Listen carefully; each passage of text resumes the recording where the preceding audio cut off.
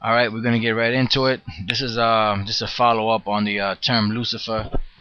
We did a video series on Lucifer, and this is just just some more added information to fully further or should I say further break down the term Lucifer. Because that has been a stumbling block, and that has been something that has been used to manipulate and to put our people into a superstitious state, and through the spirit of YAHAWAHSHAI, we're gonna fully demolish that whole BS, low life, degenerate, cunningly devised fable, and we're gonna take it and we're gonna pluck it apart like a wet chicken, because for a long time this thing has basically bewitched our people, the so-called Negroes, West Indians, and Puerto Ricans, who are the Israelites. So what we're gonna do is basically we're gonna go right into the scriptures, and we're gonna go, before we hit the scriptures though, I want to hit this topic here called Lucifer, and we're gonna go to the New Unger's Bible Dictionary by Merrill F. Unger, and on page 787 of this particular book that I have here, I'm looking up the term Lucifer, and the word Lucifer comes from the Hebrew word Hayalal, which means brightness. It says this designation, referring to Satan, is a KJV rendering of NSAB's Star of the Morning, because they try to make you believe that it's talking about Satan, but it's not actually talking about Satan, even though on a smaller scale it is talking about Satan, because the term or the word Satan means adversary. And the so-called white man, which is the Edomite, or which are the Edomites, they are the adversaries of the Most High, because you have Israel, which are the children of the Most High, which are the righteous, and you have Esau, which is the counterpart of righteousness, which are the wicked, and they are the sons of Satan, and they are Satan personified in the flesh. So it says Star of the Morning. That's the actual rendering of the word Lucifer. Alright, from the word Hayalal, or from the Greek word Eosphoros, which means dawn bearer. That is bright star. And then it gives you the scripture, Isaiah 14:12-14.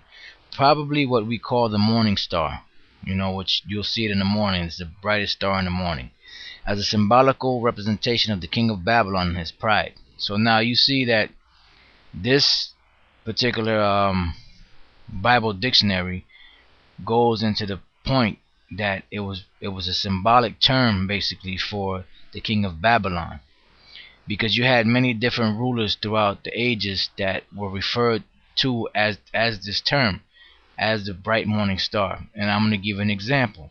When you go back to the time of the Egyptian Empire, you had the pharaohs, and the pharaohs were known as what? The word pharaoh comes from the Hebrew word para'ah. Alright, so when the Babylonians came into power, they took on the customs of the Egyptians, and they took on that same title, which is basically the title of the enlightened ones, or being the ones that are enlightened above all other people. Just like in today's terms, that term kept getting passed on until you had today, going back into a couple of hundred years ago, to the Illuminati in 1776, which basically means the light bearers. So they took on the light bearing of those ancient empires, and they took upon themselves in this day and age to continue on that Luciferian doctrine that was being taught back then. So it says, as a symbolical representation of the king of Babylon in his pride. And the so-called white man today is the proudest man out of all people on the planet Earth. Now, in the scriptures, it's the only people that are known as the proud, or the most proud, really, to a high extent, is talking about the so-called white man, which is Esau. The Lord said that the pride of their heart has deceived them, and they are the ones that basically are in that prideful seat right now.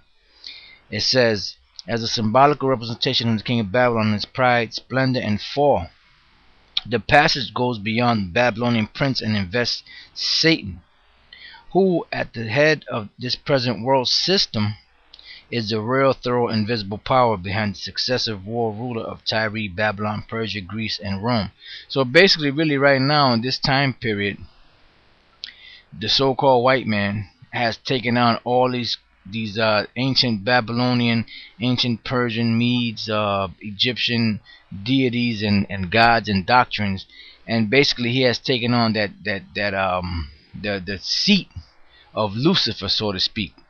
You know, it says this far-reaching passage goes beyond human history and marks the beginning of sin in the universe and the fall of Satan and the pristine, sinless sphere before the creation of man. All right. Similarly, Ezekiel 28:12-14. So it's trying to compare. It's comparing this present day, because you go back in the ancient world. There's no different today.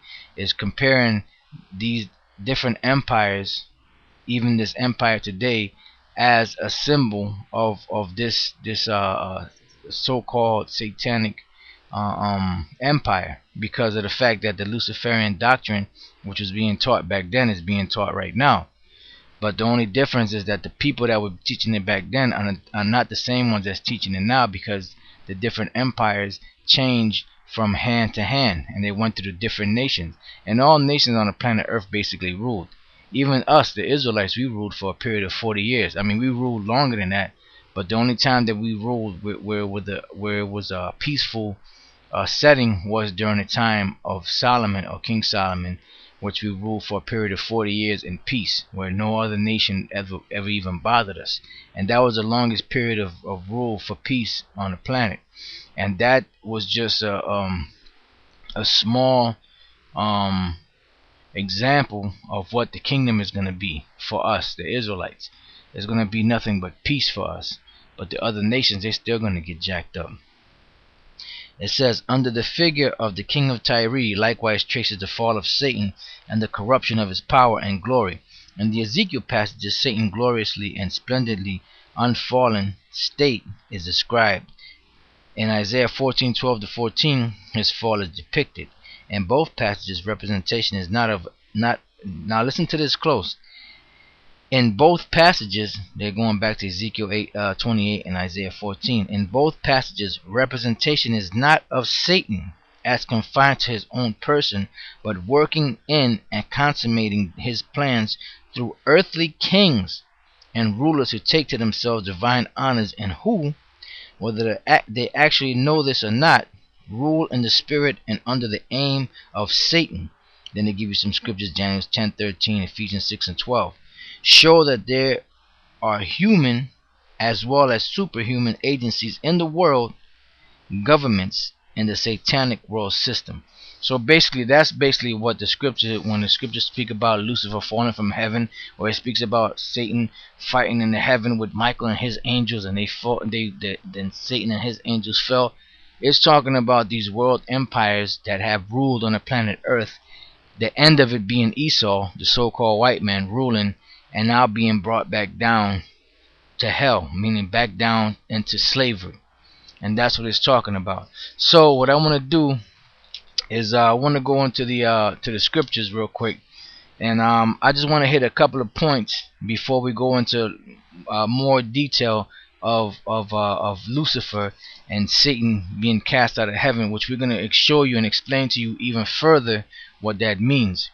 Alright, so the first point I want to make is I want to go to the book of Acts, the 14th chapter, and I want to just make this quick point, because when there's the word Jupiter appears 3 times in the scriptures, alright, and it all appears in the book of Acts. So now I want to go to the book of Acts, the 14th chapter. I'm going to start at 12 and the 13th verse, and we're just going to go straight to the point. And it says, and they called Barnabas Jupiter and Paul Mercurius, because he was the chief speaker. Then the priests of Jupiter, which was before their city, brought oxen and garlands unto the gates, and would have done sacrifice with the people.